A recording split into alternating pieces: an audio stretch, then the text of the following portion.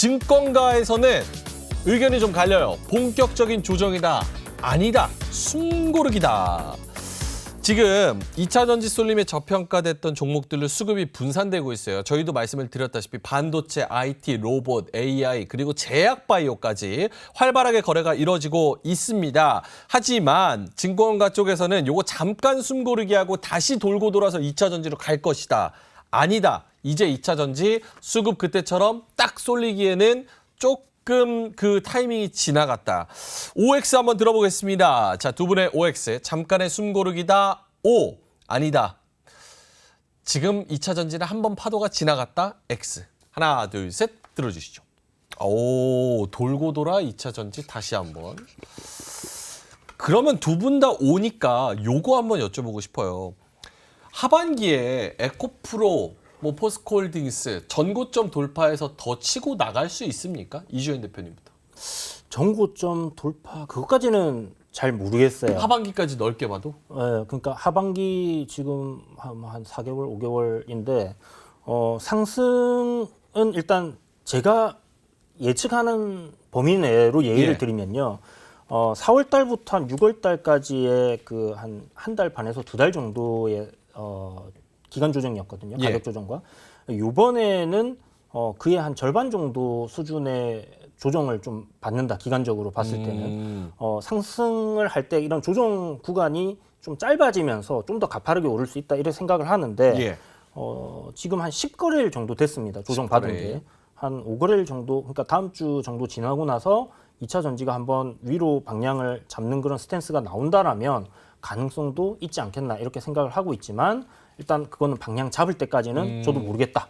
그래서 중요한 건 뭐냐? 올라갈 때 추격 매수할 게 아니라 어차피 장기적인 관점으로 보는 거라면 파란색일 때 어차피 성장하는 섹터잖아요. 블루드림. 네, 성장하는 기업이고 그렇다면 조정받는 구간에서의 조정이 나올 때 우리가 싸게 사는 게 중요하다. 어차피 그래야지 수익이 더 날 거 아닙니까? 알겠습니다. 그러니까 이게 본격적인 조정이 나온다 이런 얘기가 아니라 조금 쉴 가능성도 있다. 기간 조정의 가능성 그리고 찬찬히 올라갈 가능성에 있어서는 조금 여유가 필요할 것이다. 네. 그러니까 이게 수급이 분산됐잖아요. 그러면 이렇게 수급이 단일로 갈 때는 2차 전지들이 쫙 올랐지만 분산되게 되면 그때부터는 대장급들만 갈 가능성이 굉장히 높거든요. 그런 관점으로 보시면 좋을 것 같아요. 알겠습니다. 김민수 대표님도 오 들어주셨는데 여전히 주목해야 된다? 네. 이게 올해 하반기에 150만 원을 돌파할 수 있겠느냐? 이 질문이셨죠? 그렇죠. 자신 있게 얘기할 수 있는 거는 모릅니다. 모른다는 걸 자신 있게 그렇습니다. 말씀하실 수 있군요. 아니 그렇게 잘 알면은 이렇게 왜 나옵니까? 그냥 가서 그냥 대규모 자금 갖고 그냥 내가 하면 되죠. 근데 그게 아니라 지금 가장 중요한 건 첫 번째 전제는 여전히 성장한다는 거. 또 두 번째는 3분기 실적에 대해서 증권가에서 나온 얘기 다 분석이죠. 3분기 양극재 판가 하락한다. 그러니까 3분기 실적 안 좋을 것이다. 라고 하는데 증권가에서 그들마저 의견이 갈리고 있습니다.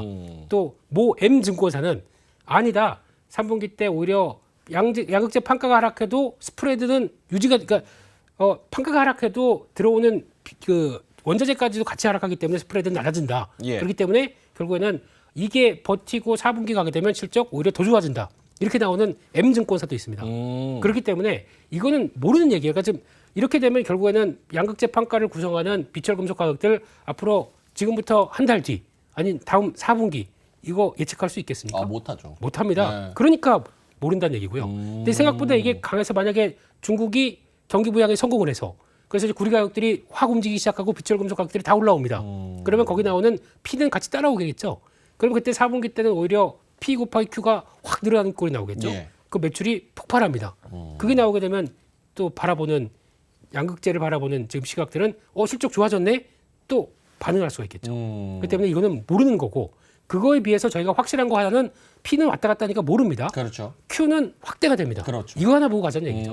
하지만 지금 주가는 단기적으로 관심이 높기 때문에 여기서는 아마 120만 원대에선 계속 시도는 하지만 좀 그 직접 고점대 가기 위해서는 기간 조정. 아까 이주연 대표님 말씀하셨던 것처럼 기간 조정이 좀 나와야 건강하게 갈 수 있습니다. 그렇죠. 그걸 바라보는 게 더 좋을 것 같습니다. 두 분 다 지금 O를 들어주신 관점은 조금 더 넓은 장기적인 관점으로 성장을 하고 있으니까 본질을 한번 믿어보자라는 의미로 5를 들어주신 거고, 그러면 좀 나눠서 봤을 때 사실은 단기적으로도 정말 와, 이 무거운 종목이 이렇게 올라가나 싶을 정도로 수급이 쏠려서 급격한 또 상승세를 보여준, 폭발적인 상승세를 보여준 몇 달이 있었잖아요. 네. 그런 생각을 했을 때 OX를 요거 한번 다시 들어볼게요. 11일 날 에코프로 MSCI 그 지수 편입 요걸 기다리시는 분들이 많아서 편입 이후에 2차 전지주가 다시 이 시장을 좀 주도할 것이다. O. 아니다. 주도주가 좀 바뀌면서 뭐 여러 종목들이 여러 테마들이 같이 올라갈 것이다. X. 어려운 질문입니다, 이거. 사실은 예측하는 게 지금 시장에서는 좀 무의미하기도 합니다. 이거는 진짜 수급 마음이라서 지금 시장이 예측하기가 어렵지만 한번 들어볼게요. OX 하나, 둘, 셋 들어주시죠. 2차 전지가 다시 주도할 것이다. 알겠습니다. 이주연 대표님부터 짧게만. 그러니까 앞에 급격하게 막 2차 전진만 갔던 그런 주도는 아닐 것 같고요. 순환이 좀 돌아가면서 이제 움직일 것 같은데, 이 MSCI 편입되는 부분 지금까지 이제 종목들 보면 그 편입되기 전부터 좀 올랐고 된 이후에도 좀 올랐던 그런 케이스들이 꽤나 있거든요. 그런 관점으로 봤을 때는 뭐 아까 말씀드린 것처럼 대장급들은 다시 한번 움직일 수 있다. 다시 간다? 네. 그러면 만약에 우리가 2차 전지 노린다고 하면은 역시나 에코프로입니까? 네.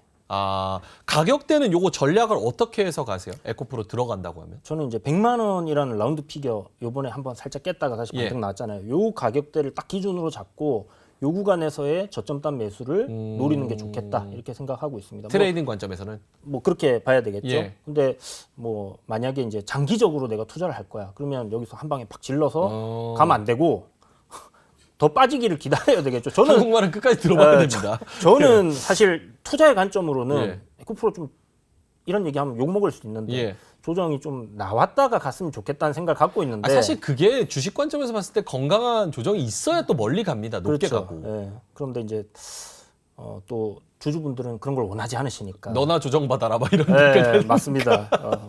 제가 한 100살까지 벽에 똥칠할 정도로 이렇게 살 수 있을 만큼 욕을 요번에 많이 먹어가지고 조심스럽습니다. 그러면 오케이. 장기적으로 봤을 때는 어차피 김민수 대표님 말씀대로 전 공감 200% 합니다. 이 본질을 믿고 성장하는 거에 믿고 쭉 가자라는 개념으로.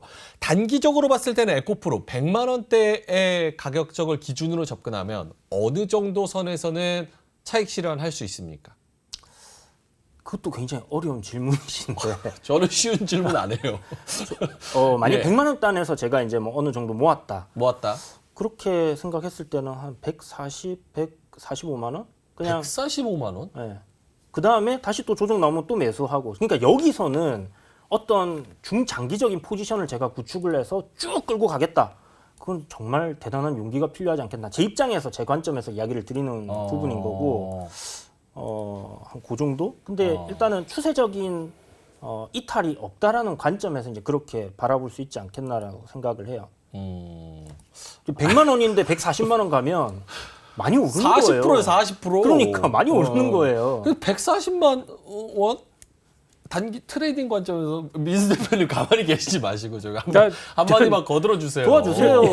어려운 때 제가 어떻게 다 무덤 파놓고 어떻게 들어? 사실은 네. 저희가 이렇게 뭐 얘기는 하지만 네. 이 지금 에코프로 단기적인 수급에 의해서 얼마까지 간다 이 예측하는 건 거의 불가능의 영역입니다. 그렇죠. 그냥 생각만 할 뿐이에요. 근데 140만 원 정도. 예. 그거 말씀드릴게요. 예. 이번에 올라갔을 때가 시총이 한 33조, 34조 이쯤 갔을 겁니다. 그렇죠. 그게 끝은 아니라고 생각합니다. 그렇기 때문에 아마 지금 실적 가이드라인이 일단 지금 2025년 정도 가게 되면 한 1조 2천억 정도 얘기를 하는데 이 가이드라인이 바뀔 수 있을 만큼 환경들이 나오기 시작한다. 예. 그러면 그 실적 레벨업 되겠죠? 예상치가. 그럼 그에 따라서 시총도 밸류가 그대로 돈다고 하게 되면 안 되니까 또 업이 되겠죠. 그러면 이것도 따라서 오르겠죠. 그러면 혹시 이게 확인되면서 그대로 간다 그러면 뭐 모르겠지만 한 뭐 40조, 50조까지는 또 나올 수가 있겠죠. 예. 그러면 그때부터는 50조라고 하더라도 지금 거의 180, 190대 되잖아요. 그렇죠. 이렇게 되니까 그런 확장의 흐름들을 저희는 지금부터 성장 사업이니까 환경들이 어떻게 바뀌는지에 대한 이런 계산들 흐름들을 해보가면서 보는 게 낫지. 이거 올 연말까지 150만 원 넘고 이거는 그냥 조회수 올리기용입니다. 날카롭습니다. 역시. 예, 김민수 대표님. 살려주세요. 아니, 김민수 대표님도 2차 전지 다시 주목해봐서 다시 주도주가 된다고 하면 역시나 에코프로입니까? 역시 한 종목만? 에코프로입니다. 포스코홀딩스는? 그거 빠졌네요. 네. 두 종목 에코프로랑 포스코홀딩스입니다. 예. 알겠습니다. 에코프로, 포스코홀딩스. 아까 그 뭐 140만 원 거기서는 굳이 얘기를 해보자면 그 부분은 동의하세요? 아니면 조금만 낮춰 잡을까요? 그러니까 약간 이제 좀 시장에 2차 전지 말고도 나는 매매할 게 많다. 라고 생각하시는 분들은 그 정도 갔을 때는 좀 목에 찬가격이 들어오는 거거든요. 그러면 그때 또 줄였다가 아니면 그런 게 있죠. 100주를 샀는데 거기쯤 가서 한 3, 40주 팔고 다시 저점에 사야지라고 하는 이주연 대표님 같은 이제 트레이더의 입장으로는 이거 그냥 끌고 가게 되면 다른 쪽에서 더 수익을 단기적으로 크게 볼 수 있는데 못 보다 보니까 기회 손실이 나는 거죠. 그런 분들은 오히려 또 파셨다가 다른 걸 대응하시는 게 좋지 않나 이런 쪽으로 얘기하시려고 하셨던 거죠. 맞습니다. 네. 역시 대표님 자 그렇다고 합니다. 정확하십니다. 네.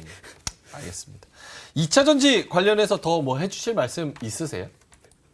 어떠세요? 피곤합니다. 다음 주제로 넘어가시죠. 네. 다음 거로 갈까요? 저 뒤에 제약바이오 있는데 참 이게 애매합니다. 제약바이오를 하려고 해도 사실은 내용이 어렵고 또 2차 전지는 우리가 성장하는 게 또 눈에 보이잖아요. 전기차 돌아다니는 거, 뭐 이렇게 뭐 증설하는 거, 이거 눈에 보이는데 제약바이오는 뭐 실험 성공했다 뭐 이런 것들이 내용 설명해도 뭔 얘기인지도 모르겠고 약간 그래서 제약바이오에 관심이 또 없어 하시는 분들이 꽤 많은 것 같아요. 어떠세요? 저도 그렇습니다. 아, 저도 약간 그런데 어려워 진짜 어려운 분야예요. 어렵죠. 저는 뭐 탈모 막 HL 뭐 530 뭐 얘기하면 뭔지 아예 몰라요. 그러니까 돈이 되는 거죠. 네. 모르니까. 저희 모르지만 뭔가 막 피어나면서 시장에서도 그렇지 않습니까? 그래서 오늘 같은 경우도 뭐 별로 좀 그러시네요. 아니 전 잘 몰라가지고. 예. 오케이. 그러면 네. 제약바이오 한번 가볼게요. 이로운 경제 채널 EBC